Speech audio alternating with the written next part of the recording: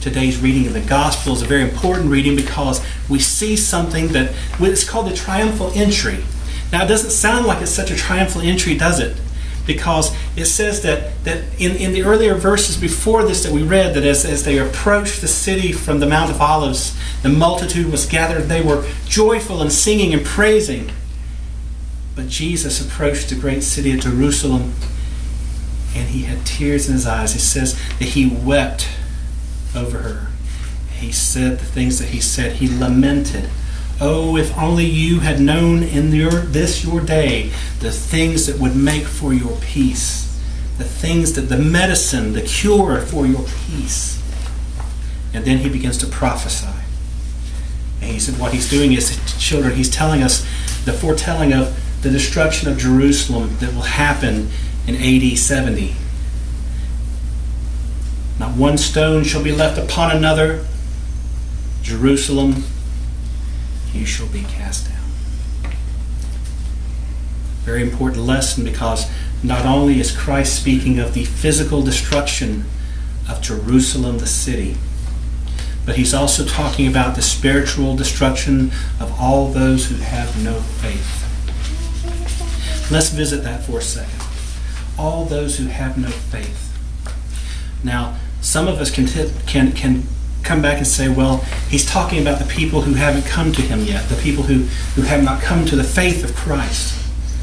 We can sit here and very comfortably say that, because in a shallow understanding of that, maybe we can think this to be true, but I will tell you something, dear ones, because if you remember, it is also said, not all those who say, Lord, Lord, shall be saved. What he's talking about also are those who have a superficial gloss of a faith, but they have no faith within them. They're like whited sepulchres full of dead men's bones. I love that. I know that's a very grotesque sounding statement, but I love that. They're like whited sepulchres. And so the thing is that what Christ was continually doing in his lessons to the people, remember what he said about adultery. It was asked of him, if a person divorces his wife, can he divorce her? What grounds can he do that? He said, the only grounds that you can do this is by, because of adultery. But then he goes on to say, for truly though I tell you that the moment you think upon another woman in that way, you have committed adultery in your heart. See the thing that he's doing? He is trying to tell people, he's trying to give them a condition of heart that they should be in. Not just follow the law just because of legalistic mores of what the laws are. It's like someone who claims to be a Christian just because he follows all the canons of the church. The law is meant to give us a guide for behavior.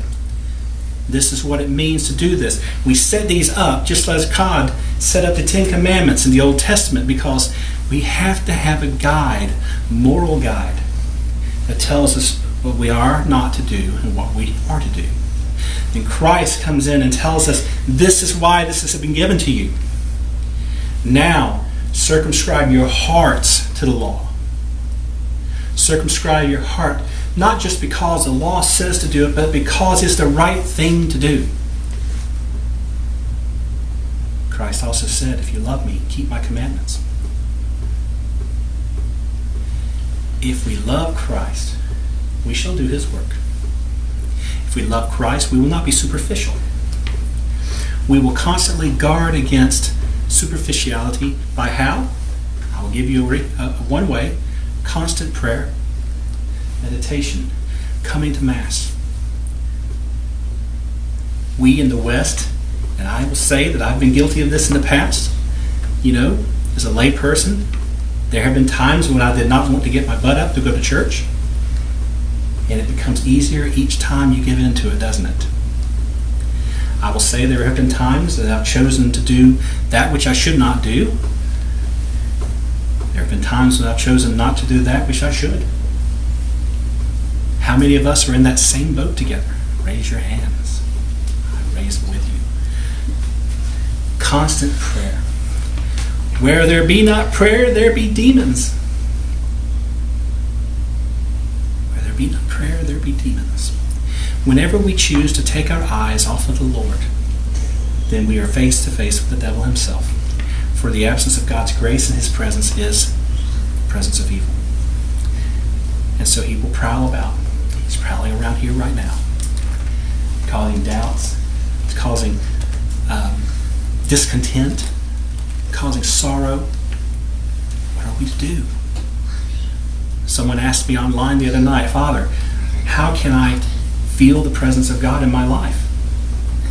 And I told her, I said, dear one, I said, if I remember dear Mother Teresa of blessed memory in the Latin Church, we can look at her example of life and we can say to ourselves, this woman who wrote in her book that towards the end of her life, she did not feel the closeness or nearness of God. And we look at her and say, how can that be? Your life has been a miracle. Dear ones, and I told her, I said, dear ones, simply do that which you are to be doing. Simply go out and love the people who are unloved. Go out and give to the poor. Go out and heal people. Pray for people, and you will feel God's presence. Even though we don't feel in our hearts the nearness of God, doesn't mean that he's not there. You see, I will tell you something as it was explained to me a long time ago in catechism. A very nice Greek Orthodox priest told me this, and I will never forget it. We look at God as being as infinitely far away as the bottom of the sea is to the canopy of heaven, and yet as intimately close as our next breath. How can this be? Because the kingdom of God here is built in our hearts, and we carry that with us. And each day when we come up to the altar to receive the body and the blood, we receive within ourselves that moment when heaven and earth met and earth was embraced.